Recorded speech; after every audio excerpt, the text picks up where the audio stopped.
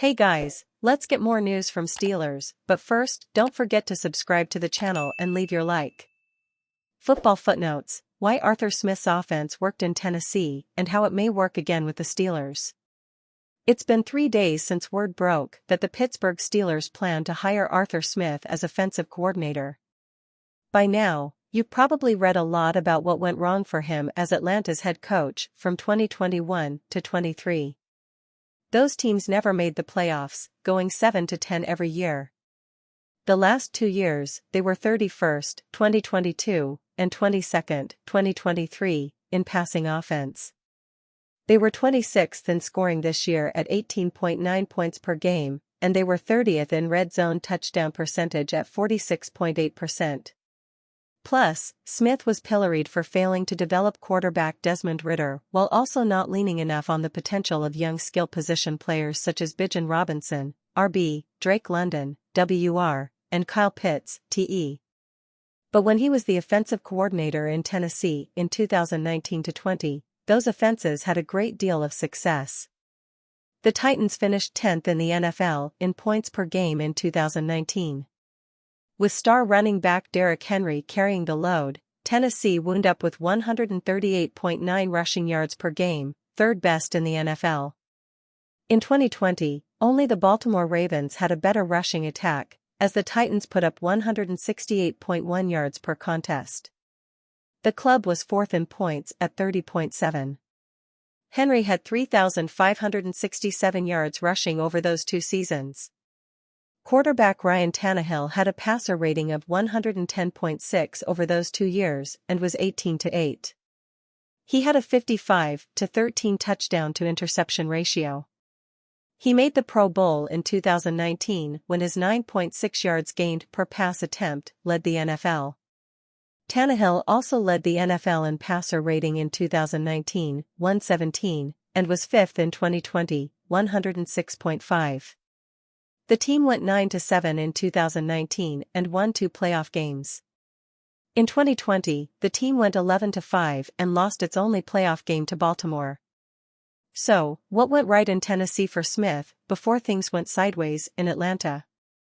That's what I asked former WTE sports anchor John Burton, now of News Channel 5 and WNSR Sports Radio in Nashville, when he joined me during the Breakfast with Ben's podcast this week. Is Smith's offense simply ground and pound? It's actually a little bit more balanced than ground and pound. Everybody points to the production Derrick Henry had under Arthur Smith, and for good reason, Burton said. But there is a lot of balance there too. Go back to that 2020 season. Derrick had over 2,000 yards, but A.J. Brown had over 1,000 yards receiving.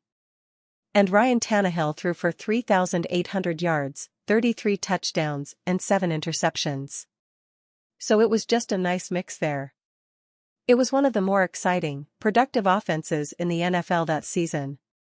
They had center Ben Jones, 6'3", 308 pounds, tackle Taylor Lewan, 6'7", 315 pounds, and guard Roger Saffold, 6'5", 325 pounds. Big, strong, physical, mean, nasty guys. I think Arthur is the type of guy who could make any kind of offensive line or running game work, depending on the personnel. But when he was here, yeah, he had big, strong road graders in front, and then you had a big hoss in the backfield like Derrick Henry. Steelers T.J. Watt named Defensive Player of the Year by NFL Network. With NFL honors right around the corner, the staff of NFL Network has officially announced their picks for the annual NFL End-of-Season Awards, including 2023-24 Defensive Player of the Year. With 11 votes in his favor, Pittsburgh Steelers star edge rusher T.J. Watt was named NFL Network's Defensive Player of the Year, winning by a 2-vote margin over AFC North rival Myles Garrett. The debate of who should win the award between the two has been a hotly contested one, despite the fact that Watt has outproduced Garrett in almost all categories this season. Watt has received several accolades following the 2023-24 season, including first-team All-Pro honors as well as a standing on the Pro Football Writers of America All-NFL team, in addition to being named the AFC Defensive Player of the Year by the NFL Committee of 101.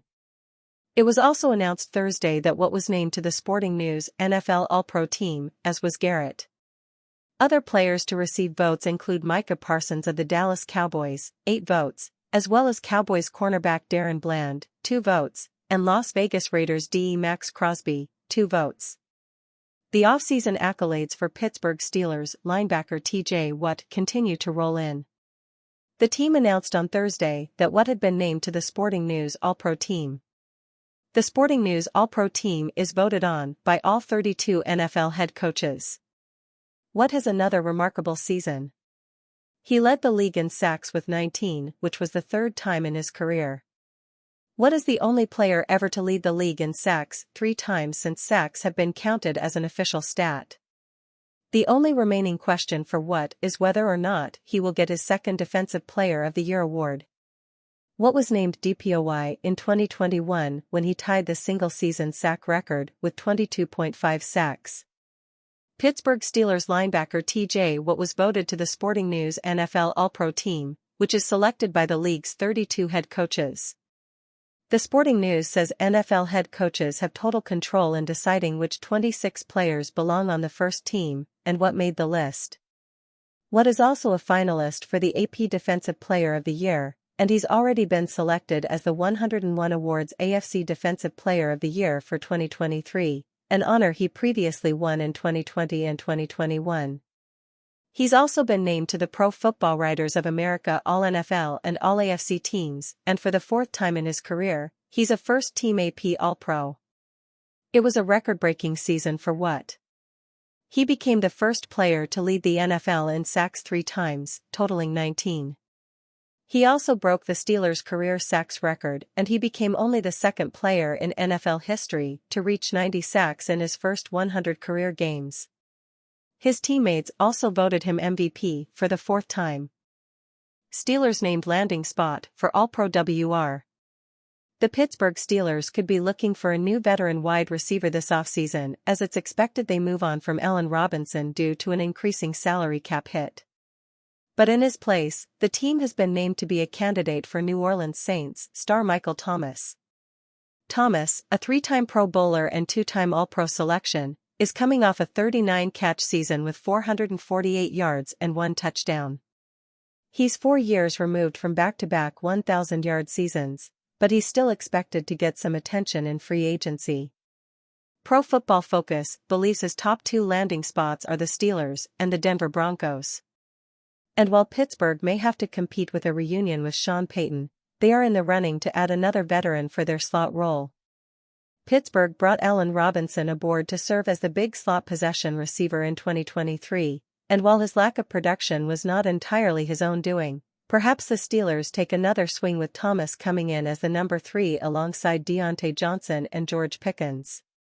Moving Johnson and Pickens into the slot more to help create more separation on outbreakers like corner routes, an area Pickens excelled in 2023, adds more versatility to the whole unit, PFF writes.